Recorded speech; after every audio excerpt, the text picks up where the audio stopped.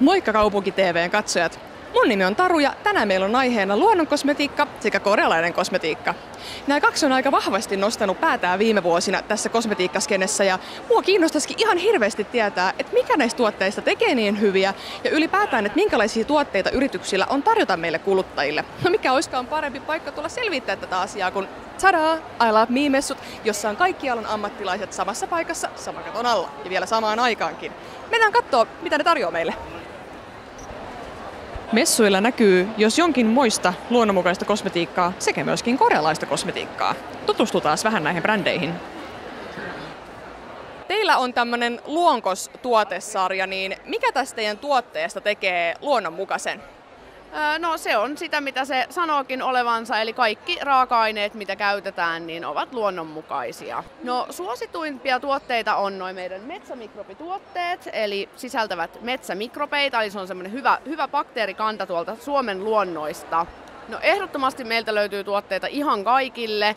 Et meillä on paljon erilaisia tuoksuja näissä, ihan myös tuoksuttomia tuotteita, joka sitten niin kun antaa mahdollisuuksia siihen, että näitä voi käyttää kaikki. Ja lisäksi meitä löytyy eri ihotyypeille, ihan sieltä ikääntyvästä ihosta ihan sitten hyvinkin nuorelle iholle. Osa tuotteista sopii ihan vaikka vauvoillekin.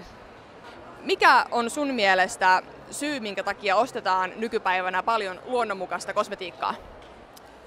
No se on se, että monet etsii kosmetiikkaa, jossa ei olisi myrkkyjä ja säilöntäaineita ja synteettisiä aineita. Et sit kun se on luonnollista, niin sitten on paljon helpompi oikeastaan niin kuin tietää, mitä siellä on. Voi sanoa, että vauvasta vaariin tai mummoon. Meillä on baby-sarja ja sitten meillä on todella tämmöinen niin kuin kypsän ihon sarja. Ja sitten meillä on myöskin semmoisia tuotteita, mitä käytetään esimerkiksi Sveitsissä vanhainkodeissa. Eli vanhukset itse hoitaa itteensä silleen, että esimerkiksi jo just tässä mun takana on näitä Good Night-tuotteita, niin he pystyy niin itse laittamaan rollonia tai suihketta, tyynyspreitä ja nukkumaan paremmin yön. Tällä viikolla uutisoitiin siitä, että meidän oma suomalainen tutkimuskeskus VTT oli testannut yli 100 kasvia ja niistä 25 löytyi luonnonmukaisia ainesosia, joita voisi käyttää jopa ihan kosmetiikassa. Erityisen tehokas oli esimerkiksi basilikan karvajuuri, joka osoittautui todella tehokkaaksi ehkäisemään ikääntymisen merkkejä iholla.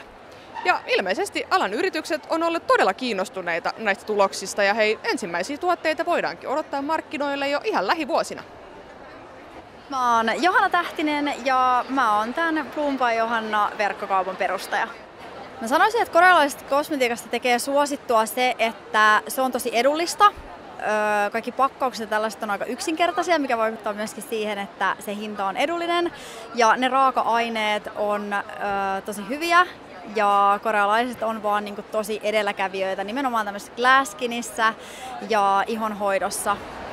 Korealainen kosmetiikka on suosittua siksi, että se on järkihintaista ja erittäin laadukasta. Siinä käytetään usein ainesosana vihreää teetä ja etanamusiinia eli etanaseerumia. Se valmistetaan etanoiden tuottamasta limasta. Tätä ainesosaa suositaan korealaisissa ihonhoitotuotteissa, koska se tutkitusti kosteuttaa, uudistaa ja rauhoittaa ihoa. Why should people buy Korean cosmetics? I think for Korean cosmetic, the efficacy is probably the number one reason why they need to buy it. Koreans are really sophisticated and then have high standard when it comes to skincare.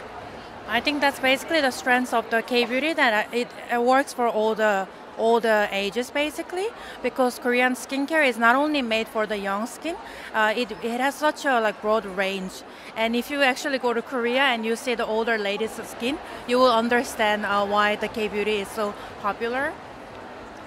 Noniin, nyt on messut ohi ja saatiin aika paljon uutta tietoa ja myöskin vähän uusia tuotteita. Kyllä se on hirveän kivaa, kun on tää työ ja huvi vähän niin kuin samassa paketissa.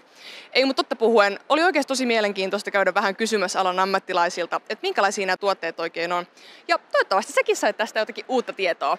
Hei, tosi paljon kiitoksia, kun olit mukana ensi kertaan. Moikka!